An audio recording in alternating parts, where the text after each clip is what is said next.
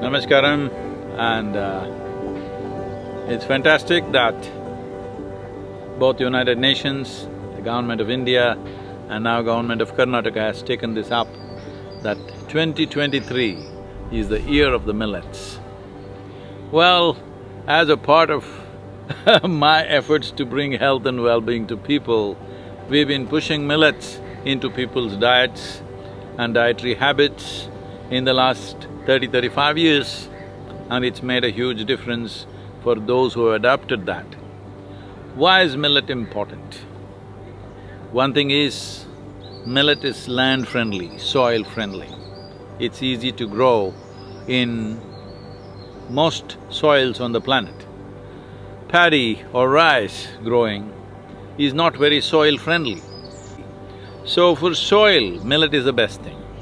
So, okay, I don't care about the soil if you're that kind. What is good for the soil is always good for your body, because your body is just an embodiment of soil. So, this is important for us to understand that nutrition just does not mean just verifiable facts. Nutrition is about that which supports your life. So in those terms, the millets have a certain power to support human body in many different ways. Unfortunately, in most part of the world, for commercial reasons, we have become unicereal populations for which we are paying a huge price. What we refer to as lifestyle diseases are largely because of unicereal consumption. It's time we bring this back. We have done this. In India, we have moved from millets to rice and wheat in our panic to avoid famines of the past, which we have successfully done. Now that we are a food surplus nation, it is important we go back to a more sensible way of consuming our food. Millets have the highest level of protein content among all cereals, and calcium content, iron content and many micronutrients which you will not find in regular commercial wheat and rice that largely populations are consuming today. So particularly in Karnataka, just about 40 years ago, every home had ragi diets. Ragi mudde is very popular, and ragi can be made into so many things. Ragi ambali was a constant thing for children growing up, and ragi dosa, ragi roti, all these are very popular things. Just about anything that you can do with rice, you can also do with ragi.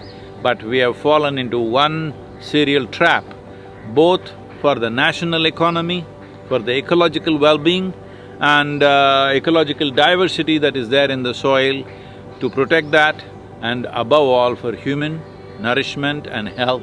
It's extremely important that we move towards millets. Millets can be of various kinds. In southern India, these millets are ragi, which is generally known as finger millets in English, and same and sajje. These are all wonderful millets, and seasonally they're available, and for those seasons they are the best things to consume. Shifting at least 50% to millet diet, even if you cannot go 100% because of travel and other things, even shifting 50%, you will see three things. One thing is your general health and level of energy will be way higher than what you're experiencing right now. Next thing is, you can consume much less food and still be energetic and maintain your weight levels. This is very important because the human system is made in a certain way that if you have to put more fuel to get a certain amount of energy than what is required, the human body goes through a certain amount of stress. That means you're putting inefficient fuel. Your body has to work harder to derive the best from the food that you've eaten. In terms of millets, one important thing is they are slow release. Your sugar values will not go up suddenly. It's a slow release process, and with less food, you will not feel hungry for long periods of time, which is a very good thing to do.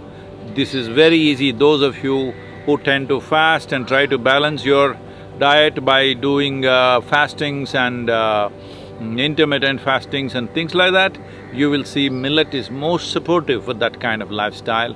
And above all, millet is closely connected to the land in which you live. It is a natural aspect of the land, and that is the best thing to consume, because the land, the soil and your body are not three different things, they are one and the same. Will we get this now? Or will we get this only when we are buried?